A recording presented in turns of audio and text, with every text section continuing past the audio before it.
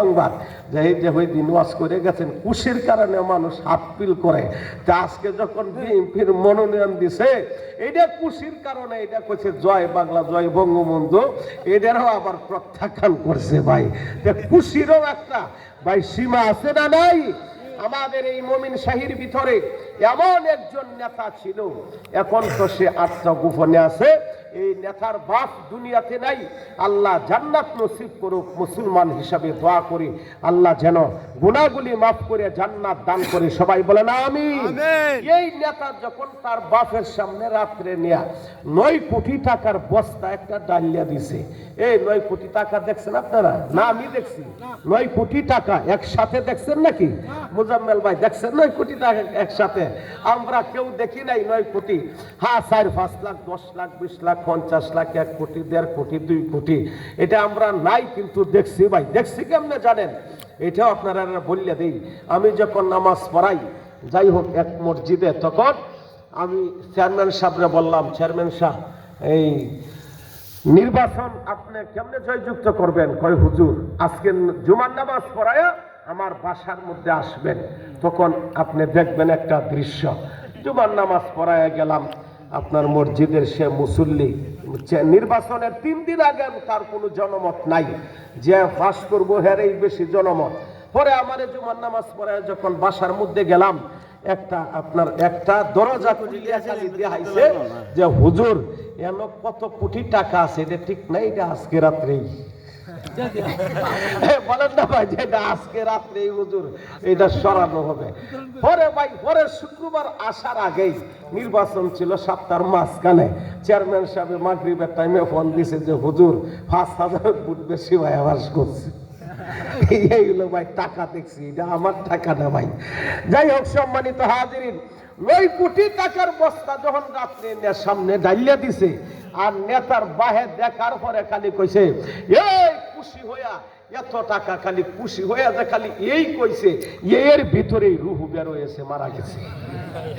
খুশির কারণেও মানুষ, বলেন না ভাই, খুশির কারণেও মানুষ মারা যায়। খুশির কারণে মানুষের মস্তিষ্ক ভিন্ন হয়ে যায়। যেমন যারে বিএনপি থেকে মনোনয়ন দিল আর হ্যাঁ খুশি হয়ে কইছে কি, বলেন না ভাই, ভাই বাংলা জয় বঙ্গবন্ধু। যাই হোক সম্মানিত হাজিরিন, আমি এটা নবীর সাথে উদাহরণ দিচ্ছি না যে খুশির কারণে মানুষের ব্রেন মস্তিষ্ক কি হয়ে যায়।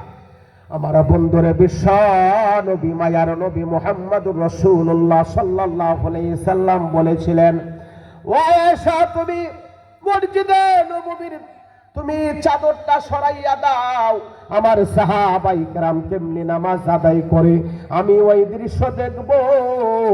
আমার বন্ধুরে হযরতে আয়েশা সিদ্দিকা রাদিয়াল্লাহু তাআলা আনহা যখন চাদর সরাইয়া দিলেন, নবী যখন দৃশ্য দেখলেন, নবীজি সুখের কারণে নবী এত খুশি হয়ে গেল, আনন্দ হয়ে গেল।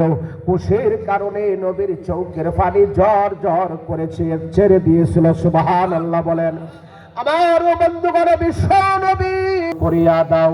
মহান রব্বুল আলামিন পবিত্র কুরআনুল কারীমের 28 নম্বর পারা 14 নম্বর পৃষ্ঠার মধ্যে সূরা মুনাফিকুনের 10 নম্বর আয়াতে আল্লাহ পাক ঘোষণা করেন, লাউলা আখরতানি ইলা আজালিন করিব ফাআসাদদাকা ওয়া আকুম মিনাস সালিহিন।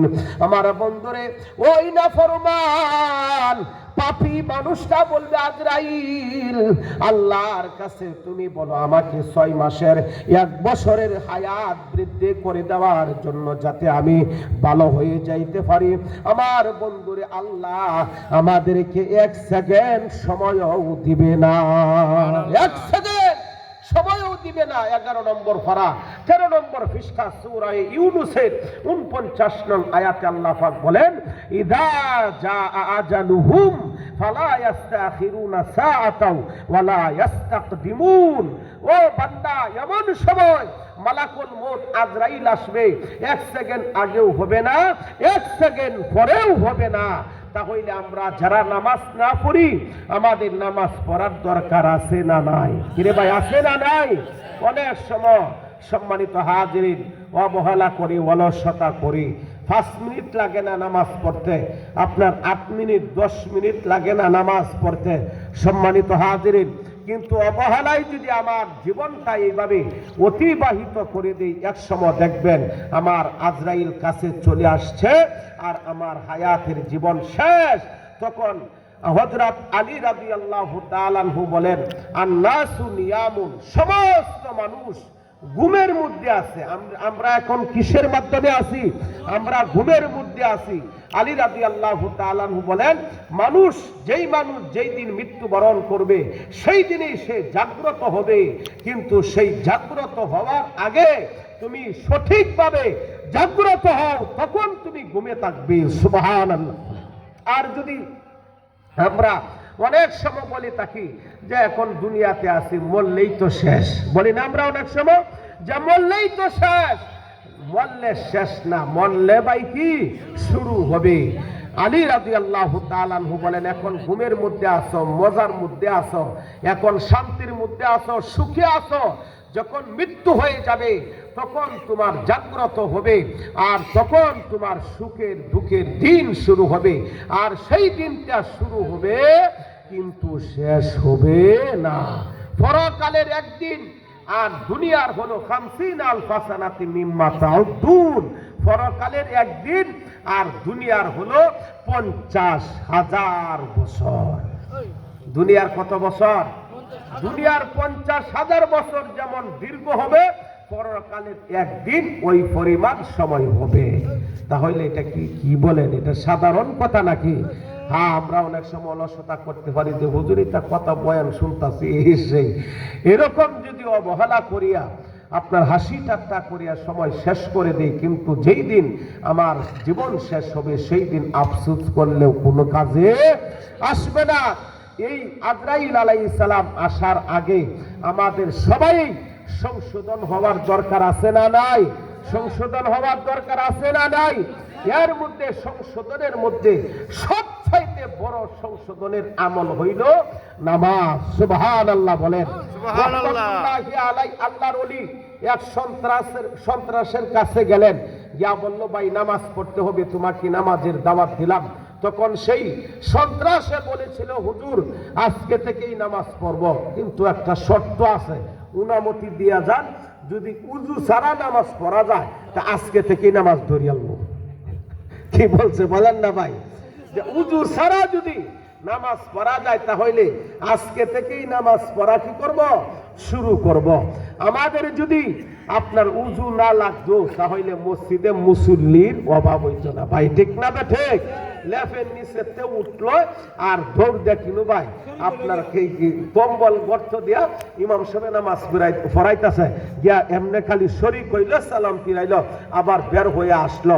এখন আমাদের দেশে অনেক মানুষ আছে বিড়ি সিগারেট খাওয়ার পরেও এরা আপনার দেখা যায় শ্রদ্ধা করে নামাজ পড়ার জন্য ওরা উজু করিয়া আবার নামাজ পড়ে।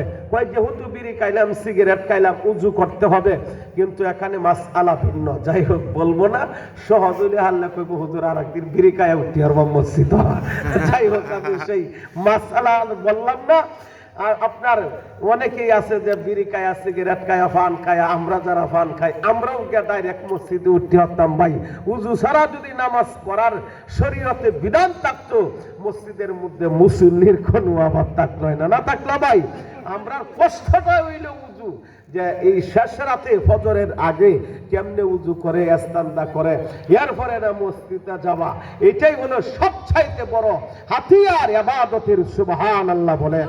সুবহানাল্লাহ। আমার বন্ধুগণ, বিশ্ব নবী, মায়ার নবী, আখিরি জামানার পয়গম্বর মুহাম্মদুর রাসূলুল্লাহ সাল্লাল্লাহু আলাইহি সাল্লাম বলেছিলেন, ও আমার সাহাবায়ে কেরাম, আমার উম্মতের মধ্যে যখন ওরা নামাজ পড়ার জন্য উজু করবে, সুন্দর করে উযু করিয়া যখন নামাজের মধ্যে দাঁড়াইবে, আমার বন্ধুরে বিশ্ব নবী মায়ার নবী ঘোষণা করেন, পৃথিবীর উম্মত ওই উযুর স্থানগুলিতে হাসরের ময়দানে নূরে চমকাইতে থাকবে। সুবহানাল্লাহ বলেন। আমার বন্ধুরে কপালের মধ্যে নূরে চমকাইতে থাকবে। আর যখন উযু করিয়া আমি যখন নামাজের মধ্যে দাঁড়াইব, আমার বন্ধুরে উযুর কারণে, নামাজ পড়ার কারণে আমার ভিতরের মধ্যে আল্লাহ নূর দান করবেন। আর উযু করার কারণে আল্লাহ আমার হাত পায়ের মধ্যে আল্লাহ নূরে নূরান্বিত বানাইয়া দিবে। সুবহানাল্লাহ বলেন। সুবহানাল্লাহ। রহমাতুল্লাহি আলাইহি সন্ত্রাসকে বলেছিল, ভাই তুমি আজকে থেকে নামাজ পড়া শুরু করিয়া দাও। আমার বন্ধুরে সন্ত্রাস তখন বলেছিল, হুজুর আপনি উনামতি দিয়ে যান, উযু ছাড়া যাতে নামাজ আদায় করতে পারি। আমার বন্ধুগণ, ওই আল্লাহর ওলি রহমাতুল্লাহি আলাইহি বলেছিলেন, ভাই শরীয়তের বিধানে নাই, উযু ছাড়া নামাজ আদায় করা শরীয়তের বিধানের মধ্যে নেই। আমার বন্ধুরে তখন ওই সন্ত্রাস বলেছিল, হুজুর উনামতি দুজি দেন, আজকে থেকেই নামাজ পড়া শুরু করব। সুবহানাল্লাহ বলেন। আমার বন্ধুরে যারা আল্লাহর ওলি, এদের হিকমত বোঝা অনেক কঠিন ভাই। আমার বন্ধুগণ, ওই রহমাতুল্লাহি আলাইহি ওই মতপুর গাজাকুর জিনাকুর আমার বন্ধুরে সন্ত্রাসকে বলেছিল, যাও বাবা আজকে থেকে তোমাকে আমি উনামতি দিলাম, তুমি উযু ছাড়াই নামাজ শুরু করিয়া দাও। সুবহানাল্লাহ বলেন। আমার বন্ধুরে ওই সন্ত্রাস মুস্কি মুস্কি হাসি দেয় আর বলে, মদ খাইব দৌড়িয়া নামাজ পড়ব, এরপরে গাঁজা খাইব দৌড়িয়া মসজিদের মধ্যে যাব, 2 রাকাত নামাজ আদায় করে বের হয়ে যাব, গোসলের প্রয়োজন নাই, উযুর প্রয়োজন নাই।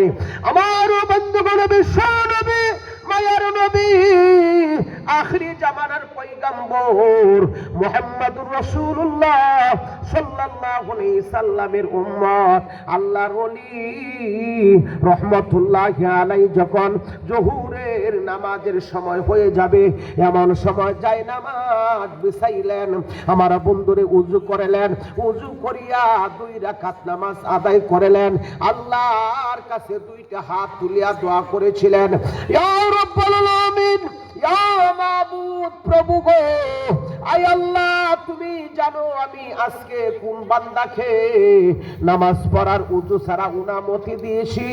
আয় আল্লাহ তুমি সব জানো।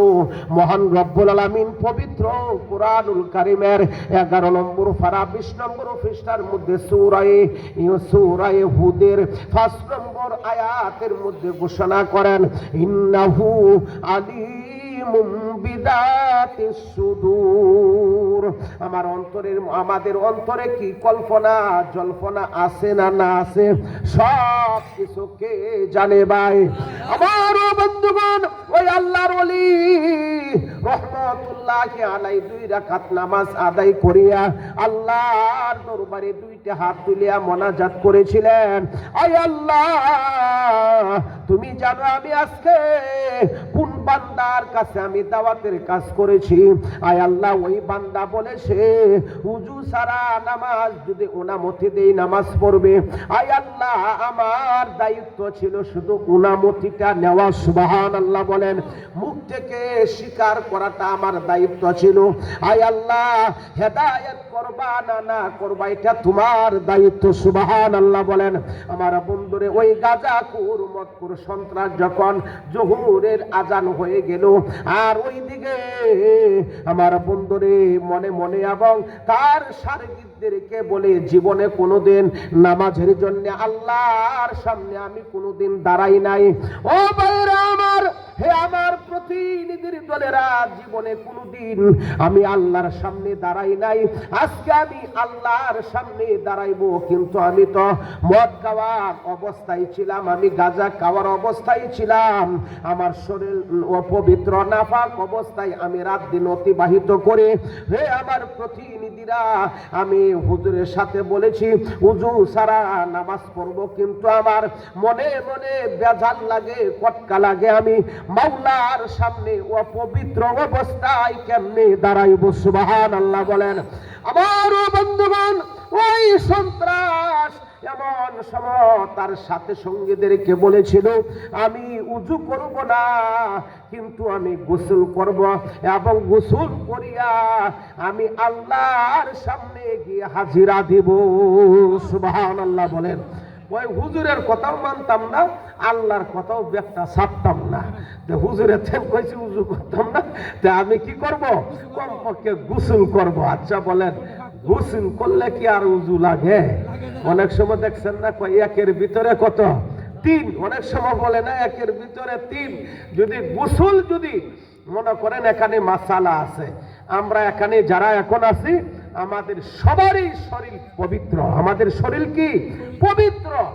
এই অবস্থায় যদি আমি গিয়া গোসল করি, তাহলে গোসলের 3 ফরজ আমার আদায় করলেও গোসল হবে, 3 ফরজ আদায় না করলেও আমার কি হবে? গোসল আদায় হয়ে যাবে। ফরজ 3টা কখন? যখন আমার শরীর কি থাকবে? নাফাক থাকবে, তখন আমার 3টা ফরজ আমার কি করতে হবে? আদায় করতে হবে। আর আমার শরীর পবিত্র আছে, এই অবস্থায় যদি আমি গোসল করি, তাহলে আমার কি প্রয়োজন নাই? গোসলের 3 ফরজের কি নাই? প্রয়োজন নাই। হ্যাঁ, গোসল করে যদি আবার পেশাব করেন, তাহলে আবার উজুর প্রয়োজন আছে। আবার এটা মরণ করেন না যে, এটা আমরা গরিবপুর থানার মধ্যেই ঘটছে। কোন গ্রাম আমি আর বললাম না, হাবের সাহেব আর আমি বসা। পরে হাবের সাহেব কইতাছে, দেখছেন হুজুর কি হয়েছে? আমি কি হয়েছে? আমি তো ফাঁকেতে আলাপই করতেছি, কিন্তু এই লোক তো দেখলাম পেশাব করে এখন বারিন্দাত নামাজ পড়তেছে, ডাইরেক্ট উজু তো আর করছে না। কি করছে না বলেন না ভাই? উজু করছে না। নামাজ পড়ার পরে দে লোকরা দাহাই আনলাম, চাচা আপনি যে পেশাব করলেন, আবার ডাইরেক্ট আবার নামাজ পড়ার মধ্যে শুরু করে দিলেন, উজু তো করলেন না। হুজুর গোসল করছি না, গোসল করলে তো চলে, উজু লাগে আবার? আচ্ছা দেখে, এইরকম আমাদের দেশে আছে না নাই? আরো বহুত আছে। ইসলামের কোনো জ্ঞান নেই, এবং সেই জ্ঞান যে ইসলামে আছে এই জিনিসটা, এটা তার ধারণাও নাই ভাই। আমার বন্ধুরে, আল্লাহর ওই দিকে নামাজ পড়ে দোয়া করে, আল্লাহ তোমার বান্দার মনের অবস্থাটা আল্লাহ তুমি পরিবর্তন করিয়া দাও। আমার বন্ধুগণ, ওই সন্ত্রাস যখন নামাজের ওয়াক্ত শুরু হয়ে গেল, আমার বন্ধুরে গোসল করলেন, গোসলের ফরজগুলি সব আদায় করলেন, এরপরে মসজিদের মধ্যে চলে গেলেন, নামাজ আদায় করে আবার বের হয়ে গেল। আর মনে মনে কল্পনা জল্পনা করে আমি এখন গোসল করলাম আসরের টাইমে, আর গোসলও করব না, এবং উজু তো আগেও করি নাই, উজু তো আগেও করি নাই। আমার বন্ধুরে আসরের নামাজের যখন সময় হয়ে গেল, আমার বড় জঘন্য অপরাধ করেছে আল্লাহর সামনে। আল্লাহকে নিয়ে এত কটূক্তি করা, আল্লাহ এই সমস্ত জালেমদেরকে আল্লাহ হেদায়েত দান করুক। সবাই বলেন আমিন। ওই সমস্ত কিছু বন্ডের দলেরা, হেরা কয় নামাজের মতন নামাজ একটা পড়লেই টুনটুনা টুনটুন, রোজার মতন রোজা একটা রাখলেই টুনটুনা টুনটুন। হরে ওসি হিসাবে অনেক সময় এই যে আবুল সরকার রে, বাউল রে, আপনার পুলিশরা গ্রেপ্তার করছে না ভাই? এ আরেকবার আপনার বেলা বাজাইতেছে আর কইতাছে নামাজের মতন নামাজ একটা পড়লেই টুনটুনা টুনটুন, কাওয়ার মতন কাওয়া না, এই রোজার মতন রোজা একটা রাখলেই টুনটুনা টুনটুন। পরে আপনার জনগণের গণ ধুলাই দিয়া মারে নাই। আমাদের বাংলাদেশে যেহেতু ইসলামী রাষ্ট্র নয়, সেই জন্য আইন আমাদের হাতে নেওয়া যাবে না, আমাদের আইন আমাদের হাতে তুলে নেওয়া যাবে না। যেহেতু ইসলামী আইনে আছে, নবীজির দুশ্মনকে সাথে সাথে হত্যা করো, না হয় ফাঁসির কাষ্ঠে ঝুলিয়ে তাকে হত্যা করো। কিন্তু যেহেতু ইসলামী আইন আমাদের বাংলাদেশে মুসলিম দেশ, কিন্তু ইসলামী আইন চালু নয়, এই জন্য আইনও আমার হাতে নেওয়া যাবে না। কিন্তু অনেক সময় এই বাংলাদেশের মুসলিম দেশে, এটা শাহজালাল রহমতুল্লাহ আলাইহির দেশ, শাহ সুলতান কমরউদ্দিন রহমতুল্লাহ আলাইহির দেশ, এটা বিশ্বের মধ্যে ৩য় নম্বর মুসলিম দেশ। সেই জন্য গত কয়েকদিন আগে মাস্টার বাড়ি এক হিন্দু লোকে নবীর নিয়ে কটূক্তি করছে, এরা নগদ একবারে বিচার করিয়ে দিছে। ভাই ঠিক না? ঠিক। আল্লাহ পাক এটা ইমানি চেতনা। যাই হোক, এরপরেও এটা আমাদের আইন হাতে নেওয়া যাবে না, আমাদের আইনের প্রশাসনে আশ্রয় নিতে হবে। যাই হোক সম্মানিত হাজিরিন, যখন বাউলে কইতাছে নামাজের মতন নামাজ একটা বললে টুনটুনা টুনটুন, রোজার মতন একটা রাখলেই টুনটুনা টুনটুন, জনগণে দুলাই দেওয়া পরে ওসির হাতে তুলিয়া দিছে। ওসি নেয়ারে রুমের মধ্যে বইরিয়া তৈছে 1 দিন 2 দিন 3 দিন, আপনার 72 ঘন্টা পর্যন্ত কেউ যদি না খায় 72 ঘন্টার ভিতরে মরবে না। 72 ঘন্টা যদি পার হয়ে যায় তাহলে আপনার তার কষ্ট হবে। যাই হোক, এরমও আছে, এটা আল্লাহর ওলি যারা, এটা হলো ভিন্ন কথা। যেমন আপনার আব্দুল কাদের জিলানী রহমতুল্লাহি আলাইহির জীবনীতে আছে 40 দিন পর্যন্ত কোনো খানা খাই নাই। সুবহানাল্লাহ বলেন, এটা হলো ভিন্ন আলোচনা। যাই হোক, তখন এটা যেটা কইছি নামাজের মতন নামাজ একটা বললি টুনটুনা টুনটুন, ওসি সাহেব তালার মধ্যে এই ঘরের মধ্যে নিয়ে রুমের মধ্যে তালা লাগাইয়া দিছে। 3 দিন পরে 72 ঘন্টার পরে তালা খুললে গেছে, এটা দেখে খায়া না খায়া সিতুয়া হয়ে রয়েছে। ওরে ওসি আসেনি, এটা দিন দান নেককার, হে দেখো এই ফলানা দেয়া হাতের মধ্যে কয় বেটা খাবার মতন খাওয়া, একটা খাইলে টুনটুনা টুনটুন। এই হইল বন্ডদের অবস্থা ভাই, ঠিক না বেঠে? সম্মানিত হাজিরিন, আরে নামাজের মতন নামাজ, এটা কত বড় ফালতু কথা। নবী করিম সাল্লাল্লাহু আলাইহি সাল্লামকে আল্লাহ পাক বলেছিলেন আপনার 14 নম্বর পারা 6 নম্বর পৃষ্ঠা সূরা হিজরের 99 নং আয়াতে, ওয়াবুদ রব্বাকা হাত্তা ইয়াতিয়াকাল ইয়াকিন। হাবিব, মৃত্যু পর্যন্ত নামাজ আদায় করেন, মৃত্যু পর্যন্ত আল্লাহর গোলামি করেন। সুবহানাল্লাহ বলেন। বলেন আব্দুল কাদের জিলানী রহমতুল্লাহি আলাইহি তখন নবীর কাছে আবেদন করেছিলেন। নবী তো দুনিয়াতে নাই, কিন্তু আব্দুল কাদের জিলানী রহমতুল্লাহি আলাইহি নবীজি রওজা শরীফের কাছে গিয়ে বলতাছে, নবীজি দেহ আইছে, রূহু আইছে, কিন্তু নবী একটা কাজ করতে হবে আপনার। সুবহানাল্লাহ বলেন। কাজও কি সাধারণ নয়। আমার বন্ধুগণ, বিশ্ব নবী, মায়ার নবী, আখিরি জামানার পয়গম্বর মুহাম্মদুর রাসূলুল্লাহ সাল্লাল্লাহু আলাইহি সাল্লামের রওজা শরীফের ভেতর থেকে আওয়াজ আসলো, ও আব্দুল কাদের জিলানী, আমি বিশ্ব নবী তোমার জন্য কি করব? আল্লাহু আকবার বলেন। আমার বন্ধুরে সাধারণ কথা নাকি ভাই? নবী যে রওজা শরীফের ভেতর থেকে বলেন, ও আব্দুল কাদের জিলানী, আমি বিশ্ব নবী, মায়ার নবী, তোমার জন্য আমি কি করব? আমার বন্ধুগণ, হযরত আব্দুল কাদের জিলানী রহমাতুল্লাহি আলাইহি বলেছিলেন, নবী গো, যখন আল্লাহর সামনে দাঁড়াইতাম, নামাজ শুরু করিয়া দিতাম, নামাজ অবসর হইতো, দেহটা আমার দেশের পরে থাকতো, রূহটা আমি আপনার কাছে প্রেরণ করে দিতাম। সুবহানাল্লাহ বলেন। নবী গো, আমার আবেদন হইল, রওজা শরীফের উপর দিয়ে আপনার হাত মুবারক বের করেন, আমি একটা চুমু খায় আমার কলিজা আমি ঠান্ডা করব। সুবহানাল্লাহ বলেন। সাধারণ কথা নাকি? কয় নবী, রওজা শরীফের ফাটল হয়ে যাতে আপনার হাত মুবারক বের হয় আর আমি একটা চুমু দিব। সুবহানাল্লাহ বলেন।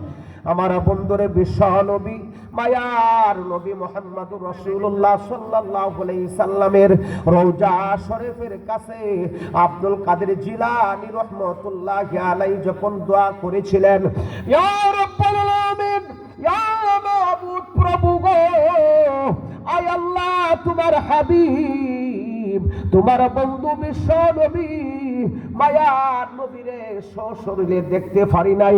আয় আল্লাহ, নবীজির হাত এবং পা মুবারক কেমন ছিল, নবীজি কেমন ছিল বাস্তবে দেখতে পারি নাই, স্বপ্নের যুগে নবীকে দেখেছি, কিন্তু আল্লাহ আজকে আমি তোমার কাছে আবেদন করে, আয় আল্লাহ, বিশ্ব নবীর হাত মুবারক যেন আমি দেখতে পাই। সুবহানাল্লাহ বলেন। আমার বন্ধুরে, হঠাৎ করে রওজা শরীফ ফাটল হইয়া বিশ্ব নবীর হাত মুবারক বের হইল। আল্লাহু আকবার বলেন। আমার বন্ধুরে হযরতে আব্দুল কাদের জিলানী রহমাতুল্লাহি আলাইহি হাত মোবারকের মধ্যে চুমা খাইলেন। আমার বন্ধুগণ, ওই আলাই ফিরাকি ওই বুজুর্গ একমাত্র নামাজের কারণে আমার বন্ধুরে নামাজ নাই। আর যত ইবাদত করে আমার বন্ধু ইবাদত কবুল হবে, কিন্তু নামাজ পড়লে আল্লাহ সব ইবাদতই কবুল করবে। সুবহানাল্লাহ বলেন। কিছু বক্তা আছে এমন আমাদের বাংলাদেশে কয় নামাজ না পড়লে কোনো ইবাদতই কবুল হবে না। আল্লাহ কইছে যারা পরিমাণও যদি নেক করে এইটাও আল্লাহ তার আমলনামায় দান করবে। সুবহানাল্লাহ বলেন। আবার আমরা জুসে কত কথা বলি, কয় মাহফিলে যারা আইছে এদের উপর রহমত, বাড়িতে যারা নাই হেরার উপরে রহমত নাই। তা হেরা রহমত ছাড়া কি ঘুমায় রয়েছে? ভাই বলেন না ভাই, মাহফিলে আসলে যেই রহমত, এই রহমত থেকে তারা বঞ্চিত ভাই, এই রহমতটা থেকে বাদ। হ্যাঁ, এদের উপরে রহমত আছে, মাহফিলের যেই রহমতটা এইটা তাদের মধ্যে যাই নাই। এরপরেও সম্মানিত হাজিরিন, কোরআন হাদিসের আলোচনা হওয়ার খাতিরে এলাকার মধ্যে যারা ঘুমায় রয়েছে এদের উপরে রহমত নাজিল হইতেছে। সুবহানাল্লাহ বলেন। কেমনে রহমত নাজিল হইতেছে জানেন? আমার বন্ধুরে হযরতে আব্দুল কাদের জিলানী রহমাতুল্লাহি আলাইহির কাছে এক মহিলা জ্ঞান বলেছিলেন, নবী গো, আব্দুল কাদের জিলানী রহমাতুল্লাহি আলাইহিকে বলেছিলেন, হুজুর আমার 18 বছরের বয়সের একটা মেয়ে মারা গেল হুজুর, আমার স্বামী নাই, অন্য কোনো সন্তান নাই। আব্দুল কাদের জিলানী রহমাতুল্লাহি আলাইহিকে বলেছিলেন, হুজুর আমাকে আমল দিয়া দেন যাতে আমি স্বপ্নের মাধ্যমে আমি আমার মেয়েকে দেখতে পারি। সুবহানাল্লাহ বলেন। আমার বন্ধুগণ, হযরত আব্দুল কাদের জিলানী রহমাতুল্লাহি আলাইহি বলেছিলেন, ও বৃদ্ধা মা, আজকে তুমি আশার নামাজ আদায় করিয়া আল্লাহুকুমুত তাকাতুর হাত্তা যুরতুমুল মাকাবির, তুমি এই সূরাটি তেলাওয়াত করিয়া দুরূদ শরীফ পাঠ করে আল্লাহর দরবারে দোয়া করবে। এরপরে স্বপ্নের মাধ্যমে তোমার মেয়ে, যেই মেয়েটা দুনিয়া থেকে বিদায় হয়ে গেল, মেয়েটাকে তুমি স্বপ্নে দেখতে পারবে। আমার বন্ধুরে আব্দুল কাদের জিলানী রহমাতুল্লাহি আলাইহি আমল দিয়া দিলেন। আর ওই বৃদ্ধা মহিলা আল্লাহুকুমুত তাকাসুর নামাজ পড়িয়া সূরা পাঠ করিয়া ঘুমিয়ে গেলেন। আর স্বপ্নে দেখে 18 বছরের মেয়েটা জাহান্নামের আগুনে ঝুলন্ত অবস্থায় আছে। আমার বন্ধুগণ, ওই বৃদ্ধা মা ফজরের আজানের অপেক্ষা করলেন। আজান হলো, নামাজ আদায় করলেন। নামাজ আদায় করিয়া দৌড়িয়া গেলেন আব্দুল কাদের জিলানী রহমাতুল্লাহি আলাইহির কাছে, হুজুর আমাকে আমল দিলেন, আমি মেয়েকে দেখেছি এমন অবস্থা, এই অবস্থার চেয়ে দেখার চেয়ে না দেখার অনেক ভালো ছিল। আমার বন্ধুগণ, হযরত আব্দুল কাদের জিলানী রহমাতুল্লাহি আলাইহি বলেছিলেন, ও মা, তোমার মেয়েকে তুমি কেমনে দেখেছো? কয় হুজুর আমি দেখেছি জাহান্নামের আগুনে গলার মধ্যে দড়ি লাগানো ঝুলন্ত অবস্থায় আছে, পাগুলি আগুন দিয়া সরকার হয়ে যাচ্ছে। আল্লাতি তাতালিউ আলাল আফিদা, কলেজার মধ্যে আগুন ধরে গেছে। আমার বন্ধুরা আব্দুল কাদের জিলানী রহমাতুল্লাহি আলাইহি বলেছিলেন, ও মা যাও আর একটা আমল করো। সে বাড়িতে চলে গেলেন, আমল শুরু করিয়া দিলেন। আর হযরত আব্দুল কাদের জিলানী রহমাতুল্লাহি আলাইহি আর একদিন স্বপ্নের মধ্যে দেখে যেই মেয়েটা জাহান্নামের আগুনে ঝুলন্ত ছিল, ওই মেয়েটা জান্নাতের মধ্যে দৌড়াদৌড়ি করতেছে। আল্লাহু আকবার বলেন। হযরত আব্দুল কাদের জিলানী রহমাতুল্লাহি আলাইহি বলেছিলেন, ও মা, তুমি না জাহান্নামে ঝুলন্ত অবস্থায় ছিলা, আজকে কোন আমলের কারণে তুমি জান্নাতের মেহমান হইলা? আমার বন্ধুগণ, সেই মেয়েটি বলেছিল, হুজুর আমার কোনো আমল ছিল না, আমাকে যখন যেই জায়গায় দাফন করা হয়েছে এই জায়গায় কিছু কোরআনের হাফেজ, কোরআনের প্রেমিকরা আসলো দোয়া করার জন্য, আর ওরা সূরা ইখলাস তিলাওয়াত করেছিল, কুল হুয়াল্লাহু আহাদ আল্লাহুস সামাদ লাম ইয়ালিদ ওয়া লাম ইউলাদ ওয়া লাম ইয়াকুল লাহু কুফুয়ান আহাদ। আমার বন্ধুরে, আমরা কবরের পাশে গিয়ে অনেক সময় এই সূরা ইখলাস তিলাওয়াত করি কিনা ভাই? আমার বন্ধুরে, হাফেজে কুরআন যখন আমার বন্ধু কবরের কাছে গিয়ে সূরা ইখলাস তিলাওয়াত করলেন, এরপরে দোয়া করেছিলেন, আয় আল্লাহ তুমি সূরা ইখলাসকে উসিলা করিয়া, আয় আল্লাহ কোরআনকে উসিলা করিয়া এই জায়গায় যত কবরস্থান আছে আল্লাহ সবাইকে তুমি জান্নাতের মেহমান বানাইয়া নাও। আল্লাহু আকবার বলেন। আমার বন্ধুরে, এমন সময় আমার বন্ধুরে ওই মেয়েটা বলে আব্দুল কাদের জিলানী রহমতুল্লাহি আলাইহির সঙ্গে, হুজুর আমার জন্য দোয়া করে নাই, শুধু বলেছে সবাইকে তুমি মাফ করিয়া দাও। হুজুর সবাইকে সূরা ইখলাসকে উসিলা করিয়া আল্লাহ মাফ করে দিয়েছেন, সঙ্গে সঙ্গে তাদের উসিলা আল্লাহ আমার গুনাহগুলি সূরা ইখলাসকে উসিলা করিয়া মাফ করিয়া জান্নাতের মেহমান বানাইয়া দিয়েছে। আল্লাহু আকবার বলেন। সম্মানিত হাজিরিন, তাহলে এই যে মাহফিলের উসিলায় এবং উলামায়ে কেরামের উসিলায়, হাফেজে কোরআনের উসিলায়, আমি যখন গত কয়েকদিন আগে আপনার ওই রাস্তার পাশে যে মারা গেছে মুজাম্মেল ভাই, নামটা নাকি লাল সাহেব যে মারা গেছে, আমার সাথে দুইজন ছাত্র রাতের বেলায় এই সময় 2:30 বাজে, তখন আমি চিন্তা করলাম এই দিনে এই দাফন করা হয়েছে। আমি এই জানাজার আগেই কিশোরগঞ্জ ফারোয়া হোসেনপুরের দিকে মাহফিলে চলে গিয়েছিলাম, সেই জন্য জানাজায় আসতে পারি নাই। রাত্রি যখন এই জায়গাতে যাই তখন দুইজন ছাত্র, আমি এরারে বললাম সালাম দিয়ে আজকে দাফন করা হয়েছে। আমি মনে মনে চিন্তা করলাম আমরা তো বড় হয়েছে, আমরা তো গুনাহ আছেই, আর যারা হাফেজে কোরআন মাসুম বাচ্চা এদের তো কোনো গুনাহ নাই। সম্মানিত হাজিরিন, ওরা 2:30-3টা বাজে গভীর রাতে কনকনে শীতের ভিতরে নবীর শিক্ষা ওরা সালাম দিছে, আসসালামু আলাইকুম ইয়া হালাল কুবুর। নবী বলেন এই রকম মাসুম হাফেজে কোরআন যেই কবরের পাশে দিয়ে যাবে 40 দিন আল্লাহ কবরের আযাবকে বন্ধ রাখবে। সুবহানাল্লাহ বলেন। সম্মানিত হাজিরিন, আমরা তো কবর দেখলে, কবরস্থান দেখলে আমরা দূরাহিতে যাই ভাই, ঠিক না? ঠিক, অনেক দূরেতে যাই। নবী বলেছেন কবরস্থানে বেশি বেশি যাও, তোমার মন নরম হবে। যদি কারোর মনটা শক্ত থাকে, দুই জায়গায় যাইবেন, একটা হইল কবরস্থান আর একটা হইল মেডিকেলে। মুমিন শহীদ সরফারা মেডিকেলে যদি যান, চৌকের পানি যান না বাইর, হেরও বাইর ভাই, ঠিক না? ঠিক। কত মানুষের হাত নাই, পা নাই, মুখ নাই, চোখ নাই, কান নাই, লাশ বাইরেতেছে, চিৎকার দিতেছে। এই অবস্থার ভিতরে অর্থাৎ রোগী যারা আছে, রোগীর কাছে গেলে মৃত্যুর স্মরণ হবে, কবরের কাছে গেলে মৃত্যুর স্মরণ হবে। নবী বলেন যার অন্তর শক্ত, তুমি বেশি বেশি করে কবরের কাছে যাও, তোমার মনটা নরম হবে, তুমি জান্নাতের মেহমান হবে। সুবহানাল্লাহ বলেন। সম্মানিত হাজিরিন, আজকে এই যে আপনারা মাহফিলের জন্য এত কনকনে শীতের ভিতরে প্রায় 1টা বাজে আপনারা সবাই বসা আছেন, আলহামদুলিল্লাহ। যুবক ভাইয়েরা আছেন, এই রহমতুল্লাহ আছে, আরো কত যুবক আছে ভাই, সবারই তো নাম স্মরণ নাই। এই যে মুরব্বী বাবারা আছেন, যদি আপনার আলেমদেরকে মহব্বত করেন, আল্লাহ এরকম মহব্বতের কাজও আল্লাহ আপনার কাছ থেকে নিবি। নবী বলেন কুন আলিমান আলম হও, না হয় আও মুতাআল্লিমান আও মুস্তামিয়ান আও মুহিব্বান, না হয় তুমি আলেমের ছাত্র হও, না হয় আলেমের কথাগুলি শোনো, না হয় আলেমকে মহব্বত করো। মহব্বত কোনটা জানেন? আপনার মেয়ে হইছে আলেমা, বানাইলেন একজন হাফেজ মাওলানা মুফতি, ভালো দিনদার আদর্শ আলেম দেখিয়ে বিবাহ দিলেন, এটার নাম মহব্বত। সুবহানাল্লাহ বলেন।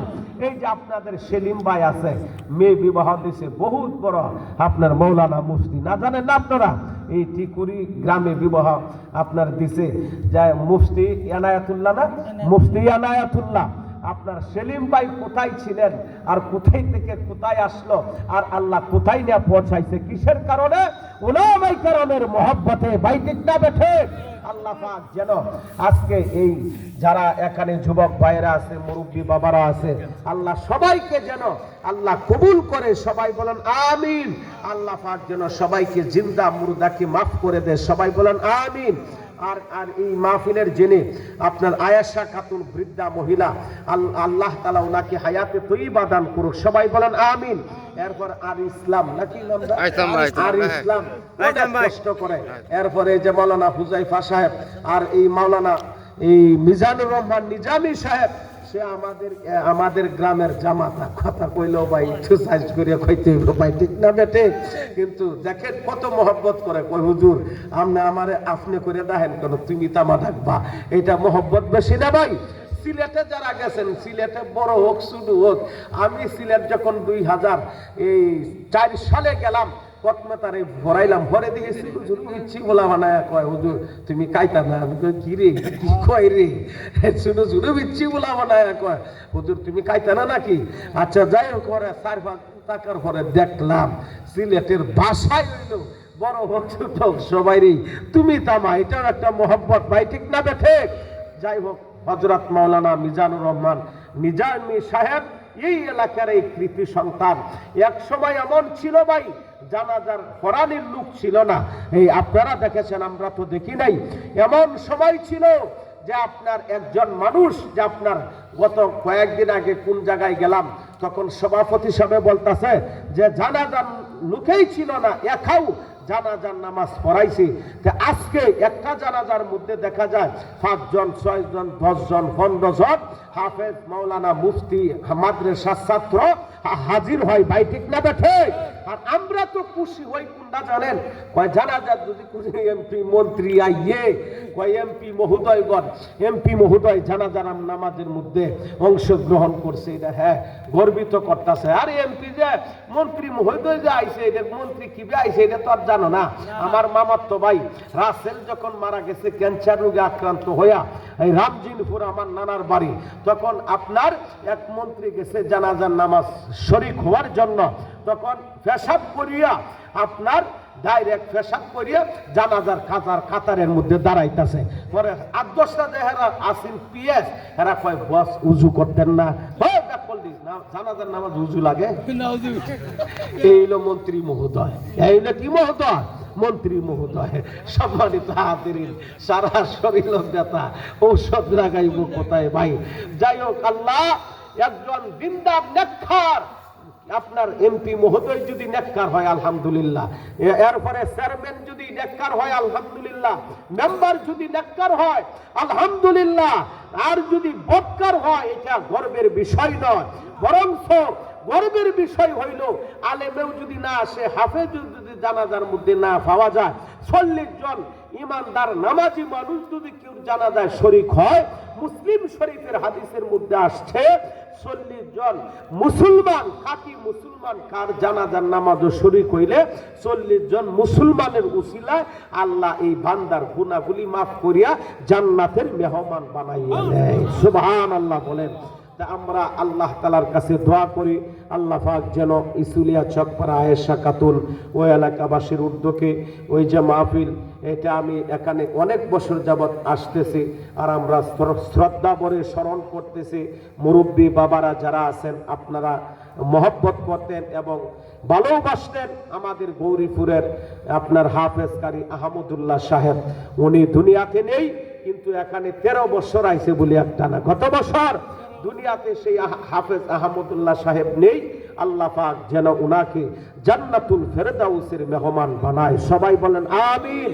এবং আমি আপনাদের জন্য দোয়া করি, আপনারাও আমার জন্য দোয়া করবেন। এর আগে আমাদের হযরত মাওলানা মিজানুর রহমান সাহেব এবং আমার সাথে হাফেজ মুশাররফ হুসাইন সাহেবও আছে, আপনাদের কিছু নসিহতমূলক কয়েক মিনিট কথা বলবে, এরপরে দোয়া হয়ে যাবে। না কষ্ট হবে? কি বলেন, কষ্ট হবে নাকি? কয়েক মিনিট কালে মিজানুর রহমান সে কথা বলবে। আচ্ছা।